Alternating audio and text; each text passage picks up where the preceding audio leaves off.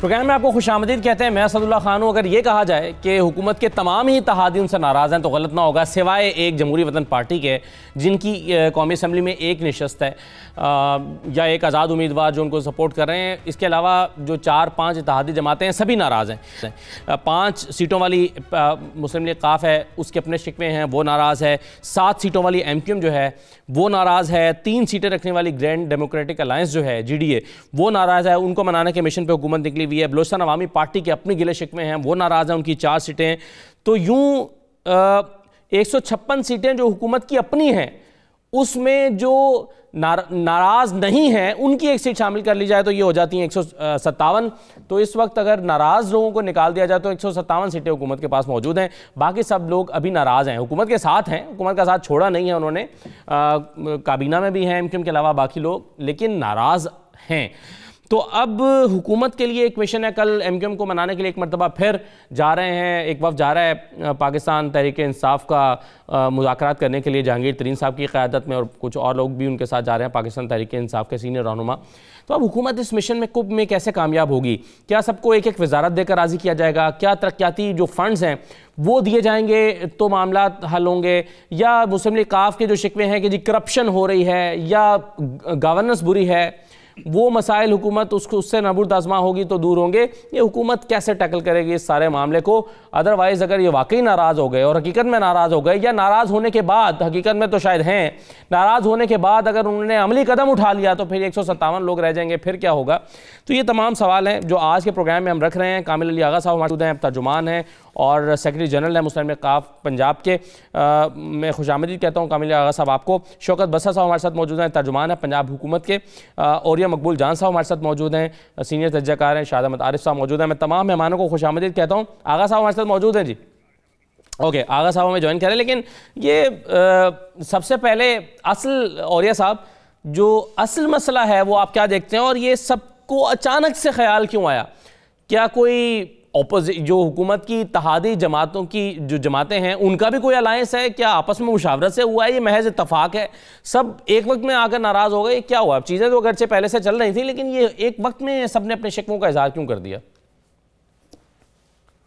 देखिए, सिचुएशन तो खैर बहुत पहले से इस तरह की चली आ रही थी, गिले शिकवे हैं। और इस तरह की जो फ्रजाइल हुकूमत बनती होती है, खुसूसन जो पार्लिमानी सिस्टम है हमारे यहाँ, उस सिस्टम के अंदर इस तरह की सूरत हाल जो है वो चलती रहती है। और ये हमेशा से पर इमरान खान साहब को नया नहीं हुआ। जितनी भी फ्रजाइल गवर्नमेंट रही हैं, खा वो बेनज़ीर की उठा लें, खा वो नवाज शरीफ की उठा लें, एक्सेप्ट के 2/3 मेजॉरिटी जो ली थी नवाज शरीफ साहब के, ये ठुक ठक ठक ठुक चलती रहती है।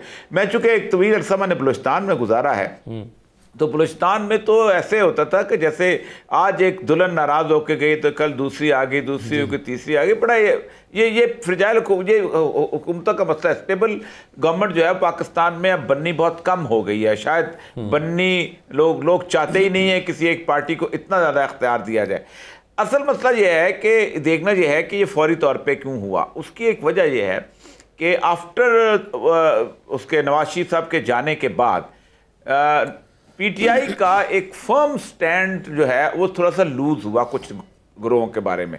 मसलन सबसे पहली बात यह है कि ब्यूरोक्रेट्स ने उनको टेक ओवर कर लिया, और ब्यूरोक्रेट ने ये तय करा दिया उनसे कि हमारे साथ तो बहुत ज्यादती हो रही है, और अगर हमारे साथ ये हो गया तो फिर हम तो काम नहीं करेंगे। और जाहिर बात है, ब्यूरोक्रेट जिस बंदे के साथ ना हो वो हुकूमत का खाक चलाएगा। वजीर तो नहीं चलाता था हुकूमत, वो तो पीछे। उसके साथ साथ ट्रेडर्स ने उनको इस सतह पे ले आए कि जनाब हमारे साथ। अब जब ये दोनों ने हुकूमत को, जिसे कहते हैं आम को पिलपिला कर दिया जाए, तो जब आम को पिलपिला कर दिया जाए तो रस चूसने वाले सारे आ जाते हैं कि भाई हम भी रस चूसें। तो फिर उसके बाद लोगों ने ये कहना भी शुरू किया, बाकी पार्टियां भी आ गई। आप देख लीजिएगा कि सवाए अख्तर मैंगल की पार्टी के मामले में, क्योंकि उनको मैं जानता हूं, उनके मामला बड़े अच्छी तरह, उनका एक ही इशू है और वो है मिसिंग पर्सन्स का। और वो अभी 2 दिन पहले भी 20 मिसिंग पर्सन उनके वापस आए हैं। आहिस्ता आहिस्ता वो मिसिंग पर्सन उनके आ भी रहे हैं। उसके अलावा उनको कोई और मसला नहीं है, क्योंकि ज़ाहिर बात है एक तवील अरसे से उनका एक इमेज जो था बलूचिस्तान में बहुत ख़राब हुआ है कि उन्होंने एस्टेब्लिशमेंट के सामने उस तरह आवाज़ नहीं उठाई, इसलिए उनके अपने बंदे भी वहाँ मारे गए थे। तो उनका तो ठीक है।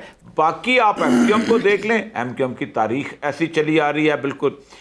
काफ लीग का सीरियस इशू है, और काफ लीग का सीरियस इशू इसलिए है कि काफ लीग ना होती तो नून लीग जो थी सिंगल मेजॉरिटी पार्टी थी पंजाब के अंदर, और वो काफ लीग ने उनके साथ मिल के ये की।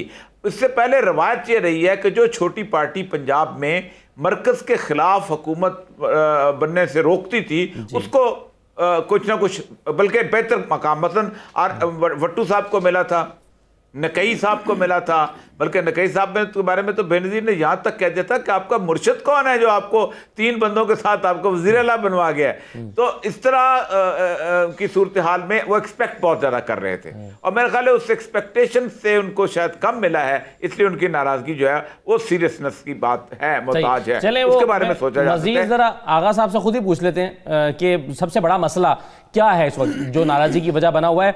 आगा साहब बहुत शुक्रिया। मुझे सबसे पहले तो ये बताइएगा कि आपके ख्याल में पंजाब में गवर्नेंस सबसे बड़ा मसला है, करप्शन सबसे बड़ा मसला है, तरक्याती फंड्स का ना मिलना सबसे बड़ा मसला है, या फिर वज़रा का बेख्तियार हो जाना या उनको बेख्तियार बना दिया जाना ये सबसे बड़ा मसला है? सबसे बड़ा मसला क्या है जिस पर आप नाराज़ हैं हुकूमत से? देखें, सबसे बड़ा मसला जो है वो तो ये है कि जो हमारे साथ एग्रीमेंट था उसके ऊपर अमल दरामद नहीं हुआ। एग्रीमेंट क्या था आप पूछेंगे तो मैं बताऊंगा कि सबसे पहले तो ये था कि मुशावरत का अमल जो है वो बाहम मुशावरत का अमल जो है वो तसलसल के साथ जारी रहेगा, जो कि नहीं हुआ। दूसरी बात थी कि पॉलिसी मेकिंग के अंदर हमारी इनपुट होगी, यानी हमारी एक ज़ीरक क़यादत है, तजर्बाकार क़यादत है, और ये तय हुआ था कि जो भी पॉलिसी बनेगी उसके अंदर हमारी मशावरत के साथ बनेगी और हमारी शवारशात उसमें शामिल की जाएगी, जो कि आज तक कभी भी किसी पॉलिसी के अंदर ना हमारा कोई दखल रहा, ना हमें मशवरे का मौका दिया गया, ना हमें मशवरे के लिए तलब किया गया। उसके बाद पावर शेयरिंग थी। आपने देखा कि पावर शेयरिंग के अंदर हमारा शेयर जो है वो हमें मुयस्सर नहीं आया। जो आया भी, अगर 2 मिनिस्ट्रियाँ पंजाब के अंदर दी गई तो वो भी एम्पावरमेंट जो है उसकी कमी रही, यानी कि तीसरी मरतबा तो उनके सेक्रेटरी तब्दील कर दिए। अख्तियारात, यानी अख्तियारात क्या, अख्तियारात सिरे से ना होने के बराबर, यानी बेख्तियार वजारत जो है वो क्या वजारत होती है, उससे तो वजारत ना मिले। जैसे कि वफाक के अंदर इन्होंने एक हमें वजारत दी, 2 देनी थी, हम कबूल कर गए, हमने कह दिया 10 क्या मुराद है कि क्या वजारत या पोर्टफोलियो ऐसा है जिसमें कोई काम करने का मार्जिन नहीं है, या उनको काम करने नहीं दिया जा रहा है? ये 2 अलग अलग चीजें। आपकी इससे क्या मुराद है बेख्तियार से? मेरे भाई अगर मैं वजीर हूं और मैं कई मरतबा वजीर रहा, लेकिन ये कभी नहीं हुआ कि मुझे वजारत दी जाए और मेरा वजीर जो है वो तब्दील कर दिया जाए मेरे मशवरे के बगैर। यानी अगर वो काम कर रहा हो और मैं मुतमईन हूं तो आनन फानन उसको तब्दील कर दिया जाए। सूबे के अंदर तीसरी मरतबा अपना सेक्रेटरी तब्दील कर दिए गए, यानी वजीर को वजारत दे के उसको बेख्तियार कर दिया जाए। तो ये तो शिकायत होती है ना जी। ये हालांकि हम ये कह रहे हैं कि वफाक में 2 वजारतें देनी थी, 1 दी हमने, 1 के लिए 10 माह पहले कह दिया कि हमारे खिलाफ प्रोपेगेंडा नहीं होना चाहिए कि हम वजारत के लिए आपको रिजर्वेशन पेश करते हैं, जो कि हमने हुकूमत में आने के बाद सबसे पहले इत्तेहादी हम थे, जो 3 माह बाद हमने हुकूमत को कहा। एक सवाल आगा साहब मैं आपसे सिर्फ और करूं, फिर मैं आगे बढ़ता हूं। मुझे आपने मेरी एक मिनट मेरी बात सुन लेंगे तो आपको जवाब मिल जाएगा। यानी हिस्सेदार बनने का फायदा ये होता है कि राय रास्त पे चला जाए, आम आदमी को डिलीवर किया जाए, आम आदमी की महंगाई की शिकायत को दूर किया जाए, बेरोजगारी की शिकायत को दूर किया जाए, बैड गवर्नेंस को खत्म किया जाए, लॉ एंड ऑर्डर की सिचुएशन जो है उसको दुरुस्त रखा जाए। आम आदमी को तो यही कुछ चाहिए होता है ना मेरे भाई। और अगर हम ये नहीं कर सकेंगे तो कल बल्दियाती इलेक्शन जिसका ऐलान हुकूमत कर रही है, कल इलेक्शन आते हैं तो उसके अंदर किस मुंह से हम जाएंगे अवाम के पास? ये शिकायत कोई गैर जमहूरी शिकायत नहीं है, या हिस्सा कम मिलने की शिकायत नहीं है। हिस्सा कम मिला, हमने विड्रा कर लिया, हमने कहा ना दें। अब तो हम ये भी कहते हैं कि अगर 10 वजारतें भी दें तो हम नहीं लेते, लेकिन अवाम को तो डिलीवर करें ना मेरे भाई। ये हमारी शिकायत है और हमारी जायज शिकायत है। नाजायज तो डिलीवरी नहीं हो पा रही। आप कह रहे हैं कि बात ये है कि ये एक बात ये थी, मेरी बात सुने, एक बात ये थी कि सूबाई और कौमी असम्बली के हमारे मेंबरान के साथ भी वही सलूक होगा जो पीटीआई के अपने मेंबरान के साथ होगा। यानी हम कोई जो उनके अपने मेंबरान के साथ हो रहा है वही आपके साथ हो रहा है, उनके साथ कुछ नहीं हो रहा, जो पीटीआई के मेंबरान के साथ हो।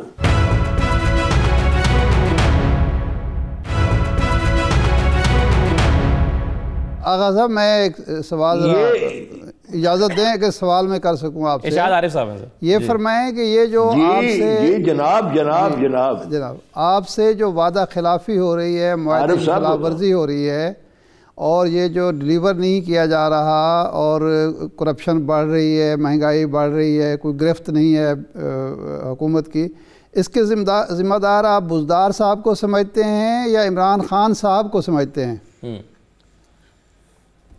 देखें, बुज़दार साहब तो शरीफ आदमी हैं, वो बेचारे अगर चीफ मिनिस्टर बन गए हैं तो उनका क्या कसूर है, वो तो चॉइस करने वाले का कसूर है ना मेरे भाई। अगर इमरान खान साहब ने उनको वसीम अकरम प्लस समझा है तो वो उनकी जिम्मेदारी है। मैं नहीं समझता कि बुज़दार साहब की कोई जिम्मेदारी इसमें बनती है। वो तो अपने तय कोशिश कर रहे होंगे। अगर पंजाब हुकूमत में आप शामिल हैं, पंजाब हुकूमत के कप्तान जो हैं वो तो बुज़दार साहब हैं। अगर यहाँ करप्शन बढ़ रही है, यहाँ महंगाई बढ़ रही है, वज़ीरों को इख्तियारात नहीं है, तो वो तो बुज़दार साहब ने देने हैं, वो तो इमरान खान ने नहीं देने। मेरे ख्याल में तो ये सारे हालात आपके इल्म में हैं कि यहाँ पे पंजाब की हुकूमत किस तरीके से चल रही है और क्या तरीका उन्होंने अपनाया हुआ है। ये तो सारी जिम्मेदारी इमरान खान साहब की है ना जी। अगर कमी बेशी भी होती है तो वो इमरान खान साहब को दूर करनी चाहिए, क्योंकि वो नहीं। तो आप ये कहना चाह रहे हैं सर कि सुबह पंजाब जो है वो उस्मान बुज़दार साहब नहीं, इमरान खान साहब चला रहे हैं? मतलब अगर अगर कोई इसका क्रेडिट होगा तो वो उस्मान बुज़दार साहब को मिलेगा, अगर कोई खामियां होंगी तो शायद वो भी उस्मान बुज़दार साहब के हिस्से में जाएंगी। तो आप ये कह रहे हैं कि इमरान खान साहब बराह रास्त इसके जिम्मेदार हैं? मेरे ख्याल में पार्टी क़यादत जो है वही जिम्मेदार हुआ करती है। हमारे दौर में जब हम मरकज़ में भी थे, पंजाब में भी थे, तो जिम्मेदारी अगर पंजाब के अंदर कोई कमी बेशी होती तो ज़ाहिर है वफाक की जिम्मेदारी होती कि उनकी चॉइस जो है वो गलत है। हमारी हुकूमत ने अगर परवेज़ इलाही साहब ने डिलीवर किया तो उसका क्रेडिट किसको मिला? वफाक को भी मिला और सूबे को भी मिला। तो मैं समझता हूं कि ये सारी चॉइस पार्टी क़यादत की होती है, बुनियादी बात क़यादत ही जिम्मेदार होती है कि कमी बेशी जो है वो बिल्कुल सही हो रही है। और अब तो देखे ना, पार्टी के अंदर से आवाजें उठनी शुरू हो गई हैं। हम तो साथ खड़े हैं और साथ देते रहेंगे, लेकिन और वो भी हमारी मजबूरी ये है कि हम दोस्तों के दोस्त हैं, हम अपनी रवायात को नहीं छोड़ना चाह रहे। हम तो हमारी तो दोनों तरफ से स्टेक पे लगी हुई है ना, हम छोड़ भी नहीं सकते। और अगर साथ खड़े हैं तो अवाम हमारा गिरबान पकड़ते हैं कि तुम लोग अपने दौर में तो डिलीवर करते रहे हो, आज इनके साथ क्यों बैठे? आप क्यों नहीं मुशावरत का हिस्सा बनते हैं? बिल्कुल बसा साहब, ये बात बड़ी सिंपल सी है। वो ये कह रहे हैं कि हम तजर्बाकार हैं, हमने डिलीवर किया, पंजाब में हमारी हुकूमत थी, हमने परफॉर्म किया और हमारी कारकर्दगी को लोग आज भी याद करते हैं। तो आप एक तजर्बाकार जो वज़ीर आला जो रहे हैं और अब स्पीकर हैं या उनकी हुकूमत रही है, आप उनसे फ़ायदा क्यों नहीं उठाते? मुशावरत के अमल में उनको शामिल क्यों नहीं करते? जबकि ये तय हुआ था कि मुशावरत के अमल में उनको शामिल किया जाएगा, क्यों नहीं ऐसा करते? बजाय इसके कि आप ऐसा करें, उनके वज़रा को काम भी नहीं करने दे रहे, बार बार मुदाखलत करते हैं, सेक्रेटरीज तब्दील हो जाते हैं, बेख्तियार कर दिया जाता है। असदुल्ला भाई, गुजारिश ये है कि इत्तेहादों की हुकूमतों में हमेशा मसाइल आते रहते हैं। देखें, तरीक़े इंसाफ एक अपनी एक इंडिपेंडेंट जमात है, हमारा अपना विजन है, अपनी सोच, अपना मंशूर है। इसी तरह क्यू लीग जो है वो एक इंडिपेंडेंट जमात है, MQM है, मेंगल साहब हैं, GD है, वो कोई हमारे में जम तो नहीं हो गए ना। उनकी एक डेफिनेटली उनको अपनी सोच रखते हैं और उसका इजहार करते हैं, और डेफिनेटली वो हमारे अलाई हैं और उनकी मेहरबानी है कि हमारे साथ मिलकर वो वफाक में भी, सूबों में भी, हुकूमतों में मौजूद हैं। फिर ये इश्यूज आते रहते हैं। देखें, गुजारिश ये है कि जहाँ तक कभी कमल अली आगा साहब की मैं गुफ्तगू सुन रहा था, MQM के दोस्तों को सुन रहा हूँ कि इश्यूज आते हैं, डायलॉग होता है, बातचीत होती है, और आपने देखा कि MQM के साथ भी डायलॉग हो रहा है। इवन के मेंगल साहब के आपको मंत्री आप नहीं आ रहे, उनसे भी बातें हो रही हैं, GDA वालों से भी मुलाकात हुई है प्राइम मिनिस्टर साहब की। इसी तरह क्यू लीग से भी 2-3 राउंड हो चुके हैं।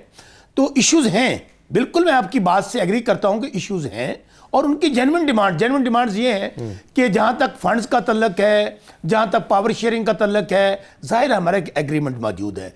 हम अब हमारे एंड पे इकोनॉमिकली ऐसी सिचुएशन है मुल्क की जहां पर इश्यूज इकोनॉमिकली हैं, मौजूद हैं, कि जितनी तवक्कुआत उनकी हैं शायद उतने फंड्स हम नहीं दे पा रहे हैं। लेकिन ये कोई इतनी बड़ी बात नहीं है। आप इवन के घर के अंदर भी बहन भाइयों के अंदर, मियाँ बीवी के अंदर किचन में बर्तन पड़े आपस में, वो भी टकरा जाते हैं। तो इसमें मेरे ख्याल में कुछ ज़्यादा अपोजिशन के लिए और जो मीडिया मेरे ख्याल में ज्यादा सर वो आपस में शायद कोई मियाँ बीवी के दरमियान बर्तन टकरा जाए तो इतनी बड़ी बात नहीं है। लेकिन अगर मियाँ या बीवी में से एक हफ्ते की मोहलत दे दे और कहेंगे कि अगर तुमने हाउस इन ऑर्डर ना किया तो 1 हफ्ते के बाद मैं अपना फैसला कर लूंगी, तो संजीदगी से सोचना पड़ता है इसको। फिर नहीं अब्दुल्ला भाई, मैं आपको अर्ज करता हूँ, मैं आपको खबर भी दे देता हूँ। गुजारिश ये है कि मुज़ाकरात हो चुके हैं, बातचीत हो चुकी है, जहां पर कमी कोताही है, जहां पर उनके इश्यूज हैं, डेफिनेटली एड्रेस किए जाएंगे इंशाल्लाह। क्यू लीग, MQM, मेंगल साहब, GDA हमारे साथ थे, हैं और रहेंगे। फिर मैं आपको दूसरी बात ये कहना चाहता हूं, देखें अभी तो जहां तक आप चौधरी परवेज लाई साहब हों, चौधरी शुजात साहब हों, ये हमारी सियासत का एक एसेट है, ये पाकिस्तान का एसेट है अल्हम्दुलिल्लाह, इसमें कोई कथित दो राय नहीं है। ये नहीं कि कमल अली आगा साहब बैठे हैं या मैं लाइव प्रोग्राम कर रहा हूं या हमारे अलाइयां तो मैं बात कर रहा हूं। चौधरी शुजात साहब, चौधरी परवेज साहब की शराफत को, उनके तजर्बे को कौन नहीं मानता। और खास तौर पर जो उन्होंने जिक्र किया सुबह पंजाब को चलाने के हवाले से, चौधरी परवेज लाई साहब अनप्रेसिडेंटेड, मैं आपके लाइव प्रोग्राम में कह रहा हूं कि आज तक ऐसा कोई चीफ मिनिस्टर पंजाब में आया ही नहीं है जितना उन्होंने डिलीवर किया। उन्होंने जो हमारे छोटे आपसे इमरान खान साहब इत्तेफाक करते हो, जिस हद तक आप कह रहे हैं इमरान खान साहब इत्तेफाक करते हैं ना मुकम्मल तौर पे इस बात। देखिए मैं आपको जो बात कह रहा हूं मैं दिल से कह रहा हूं, प्राइम मिनिस्टर इमरान खान साहब की उनकी दिल से कदर करते हैं, दिल से कदर करते हैं। और जहां तक आपने कहा आप उनके तजर्बे से फायदा क्यों नहीं उठाते, आप अगर निकाल लें अपने मीडिया के स्क्रीनशॉट्स निकाल लें, तवातर के साथ चौधरी परवेज लाई साहब के साथ मीटिंग होती है, उस्मान बुज़दार साहब की भी, प्राइम मिनिस्टर साहब की भी, और डेफिनेटली हम वो जो जिस तरह गाइड करते हैं। मैं फिर कह रहा हूं ये इश्यूज जो है ऐसे नहीं है जो हल ना हो सके, ऐसी बात नहीं है जो डायलॉग के जरिए मामला रिजॉल्व ना हो सके। इंशाल्लाह कमल अली आगा साहब हमने मिलकर काम किया है माजी में, हम सियासी कारकुन हम ये समझते हैं कि इस वक्त पाकिस्तान में जो सूरत हाल है, हमें मिलजुल कर मामला को आगे बढ़ाना है, मिलजुल के मामला को आगे बढ़ाना है। लेकिन कुछ ऐसे इश्यूज हैं सर जिसमें कुछ इल्जामात बड़े संजीदा। मैं शाहद आरिफ साहब से पूछता हूं, एक छोटा सा ब्रेक ले लूं मैं, मगर मैं सवाल छोड़ा जा कि एक शो में कामिल अली आगा साहब ने हुकूमत पर करप्शन का इल्जाम भी लगाया कि हुकूमत में करप्शन हो रही है और रिश्वत का रेट बढ़ गया है। अब मामला यह है कि 1 हफ्ते के दौरान जब आप बैठ के मामला को तय करेंगे और कहेंगे कि जी चलें आप सेक्रेटरीज या मुदाखलत हो रही थी वो नहीं होगी, या आपके वजीर का मामला है तो हम चलें आपको एक और वजीर दे देते हैं, ये चीज़ों तय हो सकती हैं। लेकिन हुकूमत का जो करप्शन का मामला है इसको काफिल कैसे टैकल करेगी और ये बात कैसे यकीन दहानी कराई गई है कि जी अब क्या मान लिया गया है कि हाँ पहले करप्शन हो रही थी और अब करप्शन नहीं हो रही है, पहले रिश्वत ली जा रही थी अब रिश्वत नहीं ली जाएगी, इस पर यकीन दहानी कैसे करवाई गई? ये इल्ज़ाम या एतराज़ तो मौजूद है काफिल का हुकूमत के ऊपर। एक मुख्तसर ब्रेक लेकर वापस आते हैं।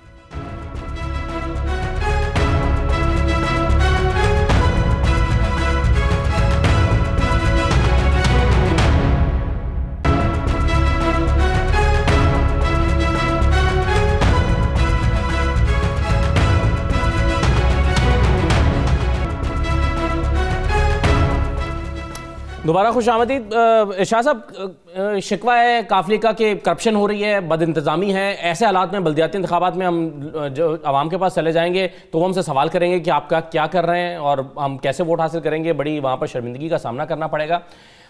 लेकिन जो इल्ज़ामात लगाए गए हैं उसके जवाब में तारिक बशीर चीमा साहब ने, जो कि ख़ुद भी जो है वो नाराज़गी का इजहार कर चुके हैं, लेकिन मुलाकात के बाद उन्होंने क्या कहा, उन्होंने कहा कि मेरी गलत फहमियाँ हमारी दूर हो गई हैं। ज़रा क्या कह रहे थे वो सुन लीजिए ज़रा, फिर मैं सवाल करता हूँ।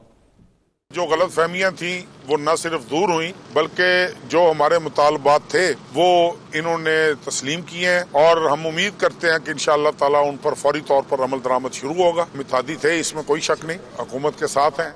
क्या इससे मतलब ये समझे सर कि शाह साहब कि करप्शन का इल्ज़ाम जो है ये गलतफहमी की बुनियाद पर लगा, या वो गलतफहमी है, और अगर वो सही है तो फिर ये गलतफहमी दूर कैसे हो गई, या वो इल्ज़ाम दूर कैसे हो गया, या इसका क्या मतलब है, कैसे इंटरप्रेट करेंगे इसको? देखिए, एक दो चीज़ें जो हैं वो तो बहरहाल काफली को खुलकर सामने आना पड़ेगा और कहना पड़ेगा, क्योंकि करप्शन का इल्ज़ाम हो या बदइंतज़ामी का इल्ज़ाम हो, ये आप इमरान खान पर नहीं लगा सकते। ये मुआहदे की खिलाफ वर्जी का इल्ज़ाम तो इमरान खान पर लग सकता है कि जी उसकी वजह से मुआहदे पर अमल नहीं हो रहा। ये इल्ज़ाम के सेक्रेटरीज़ जो हैं वो तब्दील कर दिए गए वज़रा की मर्ज़ी के बगैर। पहली तो बात यह है कि मुझे ये समझ नहीं आती कि सेक्रेटरी जो होता है गवर्नमेंट का होता है, एक सेक्रेटरी हो या दूसरा सेक्रेटरी हो, अगर वज़ीर ने परफॉर्म करना है तो वो मोहताज नहीं होता कि जो उसकी मर्ज़ी का सेक्रेटरी हो तो परफॉर्म करेगा। अगर वो एक कंफर्ट लेवल शायद होता है, नहीं, कंफर्ट लेवल उसी सूरत में है कि आप जो है ख़ुद अगर आपके अंदर अहलियत सलाहियत नहीं है, यानी हर आदमी को अगर आप मर्ज़ी का सारा कुछ देना शुरू कर दें तो फिर काम तो नहीं हो पाएगा ना। काम तो इस तरह से होता है कि आपने अब यानी इमरान खान साहब का सबसे पहले मुतालबा ये होना चाहिए था कि सबसे पहले सारी ब्यूरोक्रेसी, चूँकि नवाज शरीफ साहब के दौर में शहबाज शरीफ के साथ काम कर चुकी है, भट्टू के साथ काम कर चुकी है, दूसरे के साथ को, ऐसे सबको तब्दील कर दें बाहर से। मैं वही ब्यूरोक्रेसी होगी, वही ब्यूरोक्रेट होंगे, आपको उनके साथ काम करना है, एक ने दूसरा नहीं तो तीसरा होगा। असल जो मसला है वो ये है कि अगर करप्शन का इल्ज़ाम है, बद इंतज़ामी का, तो वो बुज़दार साहब उसके ज़िम्मेदार होंगे, सूबाई हुकूमत ज़िम्मेदार। या तो ये तय कर दिया जाए, बता दिया जाए कि यहाँ बुज़दार साहब के पास भी कोई इख्तियारात नहीं है और मरकज़ से इस सूबे को चलाया जा रहा है। अगर इल्ज़ाम ये है तो फिर वाक़तन सारा इल्ज़ाम इमरान खान पर आएगा, फिर बुज़दार साहब पर या किसी पर नहीं लगाया जा सकता। एक बात। दूसरी बात जो मुझे समझ नहीं आ रही, अभी तक मैं समझने की कोशिश कर रहा हूँ एक हफ्ते से, कि ये अचानक क्या हुआ है। एक बात तो औरिया साहब ने कही कि ताजरों को देखा, ब्यूरोक्रेसी को देखा और इन्होंने भी अपने मुतालबात पेश कर दिए कि ब्लैक मेलिंग का मौका है। मैं नहीं समझता कि काफली कोई ब्लैक मेलिंग, ये MQM पर इल्ज़ाम लगा सकते हैं आप, इन पर ब्लैक मेलिंग का आप इल्ज़ाम नहीं लगा सकते। ये वाक़तन एक वज़ादार लोग हैं, वज़ादारी के साथ काम करते हैं। अचानक क्या हुआ है कि सारी सियासी जमातों को, इत्तेहादी जमातों को उस वक्त शिकायत पैदा हुई हैं जब ये तासुर उभरा कि नवाज शरीफ साहब के या शहबाज शरीफ साहब के या जरदारी साहब के मामलात इस्टेब्लिशमेंट से ठीक हो रहे हैं या ठीक हो चुके हैं। इस तासुर उभरने के बाद ही ये सारा कुछ सामने आया। लेकिन जब मैं दूसरी तरफ से चेक करता हूँ तो मुझे कोई ऐसा तब्दीली नज़र नहीं आती इस्टेब्लिशमेंट के रवैये में, इस्टेब्लिशमेंट की पॉलिसी में, इस्टेब्लिशमेंट की सोच में कि वाक़तन वो इमरान खान को तंग करना चाहते हैं या इमरान खान को फारिग करना चाहते हैं। या फिर ये हो सकता है कि एक पार्टी दूसरी पार्टी को देखकर ये सोचती है कि अगर वो मुतालबा कर रहे हैं और वो करीब हैं कि एक वजारत हासिल कर लें या अपने मुतालबात मनवा लें या फंड्स हासिल कर लें, तो हमें भी इस नाजुक मौके से फ़ायदा उठाते हुए ये अपॉर्चुनिटी को अवेल करना चाहिए। ये सोच अगर है तो मैं काफली के बारे में ऐसा नहीं समझता। कोई ना कोई और वजह है जो कोई भी हमें नहीं बताने के लिए तैयार, जो आगा साहब भी नहीं बता रहे, जो आगा साहब भी नहीं बता रहे, कोई भी तैयार नहीं है बताने के लिए। एक पहलू। दूसरी बात यह है कि ये बात काफली की हो या रियाज महमूद मज़ारी की हो या तारिक बशीर चीमा की हो, ये बात दुरुस्त है कि 16 महीने के बाद अब कोई जवाज़ नहीं रहा सूबाई हुकूमत के पास या मरकज़ी हुकूमत के पास कि अब वो अवाम से ये कहे कि ये भी शहबाज शरीफ का किया हुआ है और ये भी नवाज शरीफ का किया हुआ है। 16 महीने में आपको ब्यूरोक्रेसी की भी समझ आ जानी चाहिए, 16 महीने में आपको अवाम के मसाइल का भी इदराक होना चाहिए, अपने वसाइल का भी इल्म होना चाहिए और कुछ आप करके दिखाएं। ये बात बिल्कुल जायज़ है। ये इत्तेहादी कहें या न कहें, परफॉर्मेंस आपको देनी पड़ेगी, डिलीवर आपको करना पड़ेगा। तो इसका हल ये नहीं है कि हर सियासी जमात अपने अपने मुतालबात लेकर जाए। ये तो बड़ा अच्छा आसान है कि ये सारे मिल के इमरान खान से कहें कि जी बैठ के बात करते हैं। आपने ये कहा था कि जी अगर कोई डिलीवर नहीं करेगा, परफॉर्म नहीं करेगा वज़ीर, मैं उसको तब्दील कर दूंगा। आपने एक भी वज़ीर तब्दील नहीं किया। एक वज़ीर को आपने करप्शन के इल्ज़ाम में निकाला, उसको सूबा पंजाब दे दिया, उसको सरबराह बना दिया और उसको और अहम जिम्मेदारियाँ सौंप दी। एक वज़ीर आपने तब्दील नहीं किया। आपने ये वादा किया था कि जनाब वाला एहतसाब का अमल को मंतकी अंजाम तक पहुँचाऊँगा।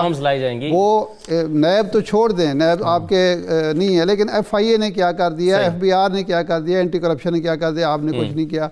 आपने ये वादा किया था आवाम से कि तालीम और सेहत के शोबों को सबसे ज़्यादा अहमियत मिलेगी, उसके लिए आपने क्या कुछ किया है, ये सवाल करना बनता है, ये इत्तेहादियों को करना चाहिए, ये अवाम के मफाद में है। लेकिन ये कहना इस मौके पर जबकि थोड़ी सी मुश्किल में हुकूमत नज़र आ रही है, ये कहना जी अब हमें ये वजारत दे दें, ये फ़ंड दे दें, ये कर दें। फ़ंड तो आगा से भी बता सकते हैं कि क्या PTI के हमें तो जो मिलते हैं PTI के अरकान वो भी रोना रोते हैं कि हमें कुछ नहीं मिल रहा, ना मुलाजमतें हमारी मर्ज़ी से मिलती हैं और ना फ़ंड्स मिल रहे हैं। अब ये शिकायत सामने आ रही है आगा साहब की कि इनके MNAs को या MPAs को नहीं मिलते, उनके जो PTI के अपने लोग हैं उनको कुछ मिल रहे हैं, जो बहरहाल वो खुशकिस्मत होंगे। तो ये एक मेरे नुक्ता नज़र से एक मखमसा है कि इस मौके पर ये सारा सूरत इस मखमसे का जवाब शायद आगा साहब के पास हो। लेकिन पहले औरिया साहब, ये फवाद चौधरी साहब ने जो ट्वीट किया है वो कह रहे हैं कि वज़राए आला के पास सवाबदीदी फ़ंड आर्टिकल 140A की खिलाफ वर्जी है। जैसे फार्मूले के तहत फ़ंड विफाक सूबों में तकसीम करता है, उसी तरह सूबाई सतह पर इस्लाम में फंड तकसीम होने चाहिए। वज़राए आला खुद को बादशाह समझते हैं और ये अवामी मुफाद के खिलाफ है। और वज़राए आला से मुराद पंजाब के वज़ीर आला भी हैं। और ये निजी महफिलों में भी जब हम फवाद चौधरी साहब के ख्यालात का जानना चाहते हैं तो उसमें भी वो इस बात का इजहार करते हैं कि जब तक सूबे जो है वो डिलीवर नहीं करेंगे तब तक तब्दीली नहीं लाई जा सकती। वो उस पर बड़ा कन्विंस्ड हैं और पूरा अपना मतमा नज़र बड़ा खोल के बयान करते हैं। लेकिन मुझे ये जो अब सूबों के ऊपर एतराज़ात उठा रहे हैं, और औरिया साहब आप भी मिलते हैं, ये पंजाब के दीगर जो मिनिस्टर्स हैं उनके पास भी आप अगर बैठ जाएंगे या किसी डिनर पर मिल जाएं या कहीं बैठ जाएं तो वो भी इसी किस्म की बातें कर रहे हैं। तो खुद अपनी हुकूमत से अपने वज़रा मुतमईन नहीं है, ये तो मैं और आप जानते हैं। तो ये फिर क्या कैसे होगा इसका हल? देखिए, पहली बात है कि फवाद चौधरी साहब जिस वक्त इलेक्शन ख़त्म हुए थे उसके बाद के 15 या 20 दिन की एक सूरत हाल देख लें तो आपको फवाद चौधरी साहब का ख्वाहिशात का वो सारे का सारा नज़र आएगा। 2 सीटों से जीते हुए थे, एक सूबाई असम्बली की सीट से जीते हुए थे, एक कौमी असम्बली की सीट से जीते हुए थे, और जिस तरह वो अपनी एक प्रेस के अंदर लॉबिंग भी करे तो नज़र आता है ना, उनकी ख्वाहिश भी थी एक जगह पे पहुंचने की। और to their utter surprise Usman Buzdar sahab आ गए, बल्कि बहुत सारे लोगों के अटर सरप्राइज में बुज़दार साहब आ गए। अब मसला सारा यह है कि वो तो एक वक्त में जब अब इस वक्त सूरत हाल ये है, मैंने जो आम पिलपिला करने वाली बात की थी ना, उसमें बात असल में यही थी कि इस वक्त एक सिचुएशन नज़र सी आ रही है कि शायद कहीं ना कहीं उस्मान बुज़दार साहब की जगह किसी और आदमी को लाया जा सकता है। एक बनाई जा रही है सिचुएशन, हो सकता है लाया जाए या ना लाया जाए, ये अलग बात है। तो ऐसे के अंदर आपने अपना जोर तो कहीं ना कहीं अपना आप तो दिखाना होता है ना कि मैं भी यहाँ पर मौजूद हूँ, मैं अपना भी हाथ खड़ा कर सकता। एक तो फवाद चौधरी साहब का तो अपना उसका आप देख लें, फिर साहब वैसे भी खबरों में रहना चाहते हैं। मसला सारा ये है कि फंड्स का मामला जो है ना, अगर तो इमरान खान अपनी पुरानी बातों पे चले जाए तो फंड्स जो हैं ये डेवलपमेंट स्कीम्स के हिसाब से प्लानिंग एंड डेवलपमेंट डिवीजन के अंदर तय होते हैं और उस हिसाब से दिए जाते हैं और महकमों को एलोकेट किए जाते हैं। ये सूरत हाल होती है। अब वो बल्दियाती अदारों के अंदर एक तो होता यह है कि दुनिया, हमारे यहाँ बड़ा अजीबोगरीब मामला है, बल्दियाती अदारे दुनिया पूरी में सेल्फ जनरेटिंग उनके फंड्स होते हैं, उनके अपने टोल्स होते हैं, उनके अपने टैक्सेस होते हैं, उनके अपने सेसेस होते हैं, उनसे वो इकट्ठा करते हैं और उसके हिसाब से वो चलते हैं। हमारे यहाँ ये होता है पाकिस्तान में अजीबोगरीब गंगा उल्टी किस्म की, क्या सारे टैक्स पहले फेडरल गवर्नमेंट इकट्ठे करता है, उससे एक डिविजिबल पूल बनता है, उस डिविजिबल पूल से हर सूबे को दिया जाता है, फिर उसके बाद सूबे जो है आगे जो है उनको देते हैं। आप खुद सोचें कि हमारे बचपन में जब अंग्रेज ने ये लोकल बॉडी का सिस्टम चलाया था तो आपको याद होगा कि महसूल चुंगी होती थी, ठीक, और उस महसूल चुंगी के ऊपर बाकायदा टैक्स वसूल किया जाता था और उस महसूल चुंगी से कोई ग्रांट नहीं होती थी। उस महसूल चुंगी से आप सोच नहीं सकते कि टाउन हॉल बनते थे, उस महसूल चुंगी से फायर ब्रिगेड सिस्टम चलता था, अस्पताल चलते थे, स्कूल चलते थे, इतना छोटे से सेस के ऊपर। बोर्ड ऑफ रेवेन्यू का जो सेस होता था, मालिया और आबियाना, ये 2 टैक्स होते थे। असल मसला यह है कि इस वक्त एक अजीबोगरीब इमरान खान साहब को सबसे इंपॉर्टेंट तवज्जो देनी चाहिए गवर्नेंस के ऊपर। गवर्नेंस के लिए उनका शाहदार साहब ने बिल्कुल ठीक कहा, 1 साल 4 महीने जो हैं वो तालीम के लिए एक प्लानिंग बनाने के लिए बहुत ज्यादा होते हैं। देखिए दुनिया पूरी के अंदर ये कोई हम कोई 1916 के अंदर या 1670 के अंदर तो नहीं है कि हमें एजुकेशनल मॉडल हमारे सामने मौजूद ना हो, कहीं और उठा के कॉपी पेस्ट कर दें, हमारे कॉपी पेस्ट भी नहीं कि उसके हिसाब से इंडिजिनाइज भी किया जा सकता है। हाँ। और फिर सबसे बड़ी बात है कि आज से तकरीबन 20-25 साल तक हमारा मुख्तलिफ किस्म की चीजें जो थी वो चली आ रही थी। हाँ। आप अंदाजा करें कि आप अंग्रेजी में हर सब्जेक्ट पढ़ा दो, कोई फर्क नहीं पड़ता, आप फिजिक्स पढ़ाओ, मैथमेटिक्स पढ़ाओ, लेकिन आप जाहिर बात है कि जो आपकी सोशल साइंसेस तो आपकी हैं, वो तो दोबारा नहीं लिखनी पड़नी। आपको तारीख पाकिस्तान की नई किताब तो लिखनी नहीं पड़ेगी, आपको बाकी यहाँ की ज्योग्राफी बाकी ये की है। अच्छा, हेल्थ का जहां तक तल्लुक है, हेल्थ के बारे में भी पूरी दुनिया इस बात पे मुत्तफिक है।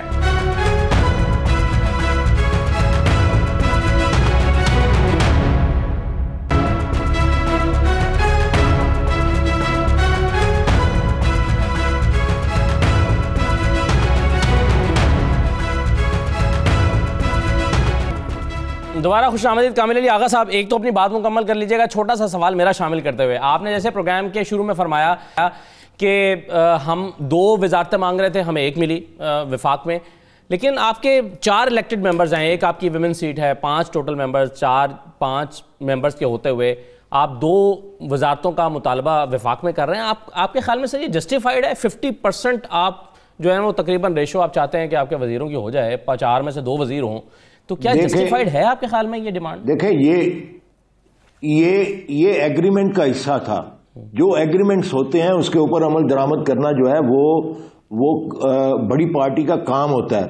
उस वक्त जब एग्रीमेंट किया था उस वक्त ये सोचने की बातें थी जो आप बात कर रहे हैं। जब हो गया उसके बाद हम वजीर तो नहीं है, हम कब मांग रहे हैं? हमने तो 10 माह पहले इनकार कर दिया था, और अब तो हम ये कहते हैं, पिछली मीटिंग में ये भी कह दिया कि 10 वजारतें भी दें तो हम नहीं लेंगे। इससे ज्यादा क्या बात है? हम अपनी जात के लिए तो कुछ मांग ही नहीं रहे, हम तो अवाम की बात कर रहे हैं। अवाम परेशान है, अवाम बेरोजगारी का शिकार है, अवाम महंगाई की चक्की में पिस रहे हैं, अवाम लॉ एंड ऑर्डर की खराबी की वजह से, करप्शन की इंतहा की वजह से परेशान है। और अगर ये चीजें दुरुस्त ना हुई तो हम किस तरीके से क्या मुंह दिखाएंगे अवाम को?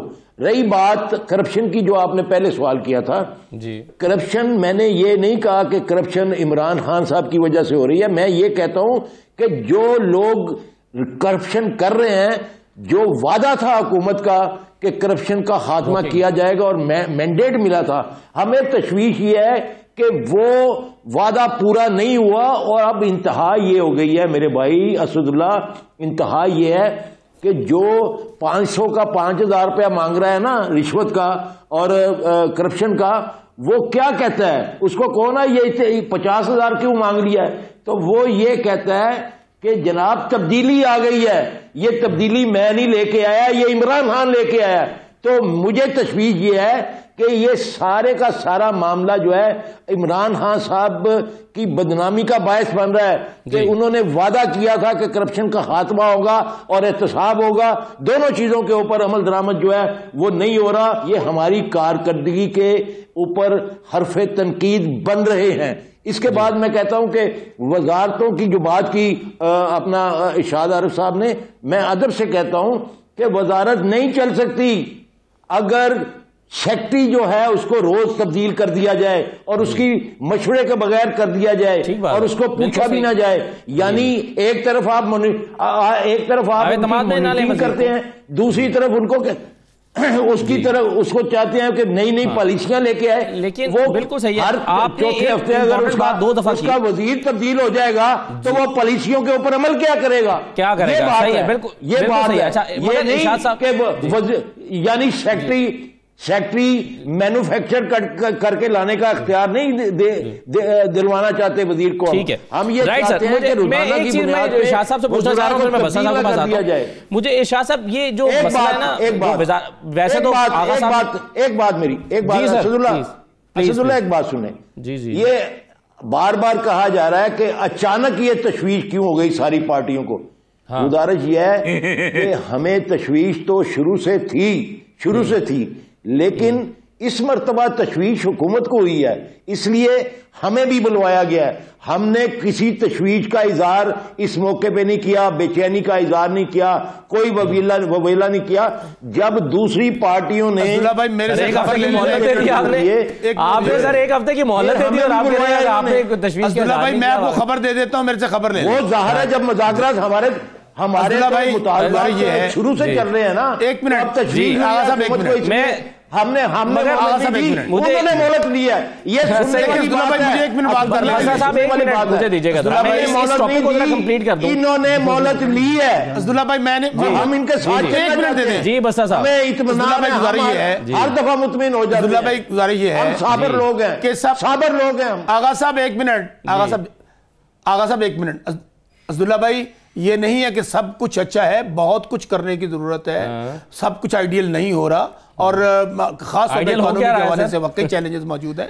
लेकिन एक बात मैं खबर भी आपको दे दूं, तमाम इश्यूज रिजॉल्व हो चुके हैं, तमाम इत्तेहादी दोबारा हमारे साथ आ चुके हैं। चले, आपको आज नहीं तो 2 दिन बाद आपको तारिक बशीर चीमा साहब का बयान सुन लिया, कहीं भी कोई इशू नहीं रह गया, तमाम इत्तेहादी हमारे साथ हैं। ये मैं आपको खबर दे रहा हूं, आप इसको 2 दिन बाद चला देंगे। ठीक है, चले मुझे इरशाद साहब एक चीज़ बताएं, ये जो वैसे तो आगा साहब ने कह दिया कि हमें 10 वजारतें भी देंगे तो हम नहीं लेंगे, लेकिन जाहिर है अगर इमरान खान साहब इसरार करके एक आध वजीर और देना चाहें तो शायद फिर मान भी जाएं, ये तो मेहरबानी कर भी सकते हैं ना चौधरी साहब। तो ये मसला वजारत पे एक और वजारत पे फंसा हुआ है या मोनिस इलाही साहब पे फंसा हुआ है? अगर हुकूमत ने एग्री किया था कि वो देगी 2, तो 2 क्यों नहीं दे रही? मसला वजारत का है या किसी शख्सियत का है? देखिए, ये तो खैर हकीकत है कि देखिए, जब आप मुआहदा करते हैं ना किसी पार्टी से, तो फिर ये उसका हक होता है कि वो किस आदमी को आगे करती है, अपना नुमाइंदा बना के भेजती है। ये आप अपना हक जो है फिर वज़ीर आज़म के पास या वज़ीर आला के पास नहीं रहता। इस हद तक ये जायज़ है बिल्कुल। आपको एतराज़ है, मतलब हुकूमत का ये कहना गलत होगा अगर वो ये कहे कि जी हम वजीर तो बना देते हैं, मोनिस इलाही को नहीं बनाएंगे। हाँ, नहीं, मेरा नहीं ख्याल कि जब आपने मुआहदा किया ये सारा चीज़ आपको पहले ये भी हमने विड्रा कर लिया है भाई, उस वक्त फैसला हमने ये कह दिया हुआ है कि मोनिस इलाही की वजारत हम नहीं मांगते। जी, वो आपने तो कह दिया, आप ना भी कहें, अगर ये बात थी भी तो ये आप जस्टिफाइड हैं, कोई किसी को एतराज़ नहीं हो सकता। असल में मसला ये है, आपका शुक्रिया। चौधरी बिरादरान भी, आगा साहब भी और बाकी जो है बात नहीं की जा रही। बात यह है कि इस वक्त संगीन किस्म के मसाइल दरपेश हैं वफाकी हुकूमत को पंजाब की वजह से। पंजाब में बदइंतज़ामी है, ये महंगाई का इशू है।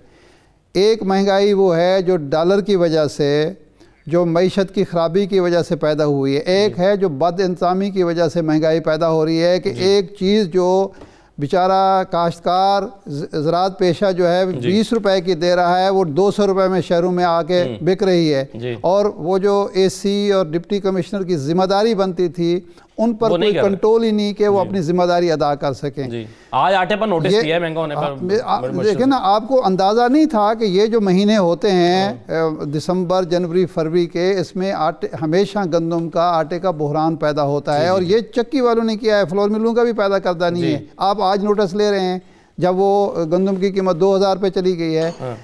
एक वक्त ये था कि कोई गंदम खरीदने वाला नहीं था, आज गंदम दस्तियाब नहीं है। तो ये बदइंतज़ामी पैदा हो रही है पंजाब की वजारत आला की वजह से, वज़ीर आला की वजह से। लेकिन सारा इल्ज़ाम आ रहा है इमरान खान पे। इमरान खान को अब सोचना चाहिए कि अगर पंजाब में आपने इंतजामी मामला ठीक ना किए तो आपको मरकज़ में भी नुकसान होगा और पंजाब में भी होगा। बिल्कुल सही सर, मैं बिल्कुल सही है। वक्त कम है, मुझे एक चीज़ और साहब ये बताइए कि अभी बस्ता साहब खबर दे रहे थे और वो ये कह रहे थे कि सारे तहादी वापस आ गए हमारे साथ। उसका एक फार्मूला मुस्तफ़ा कमाल में वक्त नहीं है, मैं सुनवा देता हूं उनको, लेकिन मुस्तफ़ा कमाल साहब ने कहा है कि इनकी सबकी फाइलें मौजूद हैं इनके पास। अगर ये हटेंगे, खासतौर पर एमक्यूएम की बात कर रहे थे, हटेंगे तो फाइलें दिखा दी जाएंगी और फिर ये हो नहीं सकते अलहदा, ब्लैकमेल हो रहे हैं ये खुद भी। तो आपके ख्याल में ये फार्मूला है जिसकी वजह से वापस आए हैं या जहांगीर तरीन फार्मूला है? क्या फार्मूला है? नहीं, फार्मूला का मसला नहीं है। मसला सारा यह है कि इस वक्त और कोई ऑप्शन नहीं है। इन बात पर सही कह, वो दोस्ती की बात नहीं, किसी पॉलिटिकल पार्टी के पास कोई और ऑप्शन इस वक्त नहीं है। और ना किसी, अगर आप, मैं खुल के बात कर लेता हूँ, एस्टेब्लिशमेंट के पास कोई और ऑप्शन है। आपको अंदाज़ा नहीं है कि इस वक्त अगर इमरान खान की हुकूमत बदली जाती है, तो इमरान खान अगर बाहर आता है तो इमरान खान तो इतना बड़ा हवा बन सकता है कि 1 साल के बाद उस बंदे को फारग कर दिया गया और वो कहेगा कि मेरे साथ हुआ क्या। और आप सोच नहीं सकते कि उसको संभालना जो है बहुत मुश्किल हो जाएगा उसके बाद। तो कोई ऑप्शन नहीं है, किसी के पास कोई ऑप्शन नहीं है। यही इसी तनख्वाह के अंदर इसको बेहतर कर काम करना है। लेकिन आपकी बात मैं बता दूं यहाँ पर, अगर पॉलिटिकल लीडरशिप पंजाब में सही ना हुई और वो ब्यूरोक्रेसी को एक बेहतर लीडरशिप ना प्रोवाइड कर सकी, एक ऐसी लीडरशिप के जिसके सामने ब्यूरोक्रेसी जो है वो जवाबदेह हो, तो फिर ये मामला हैंडल नहीं हो सकेगा। मुझे अक्सर लोग कहते होते हैं कि जनाब ये देखें वोट जो है ये नवाज शरीफ का है, तो मैं उनसे ये कहा करता हूं कि अगर बहुत शुक्रिया और बहुत शुक्रिया प्रोग्राम में शिरकत करने के लिए शाहिद मदारिस साहब, शौकत बसरा, कामिल अली आगा साहब, तमाम मेहमानों का शुक्रिया। इजाज़त दीजिए, अल्लाह हाफ़िज़।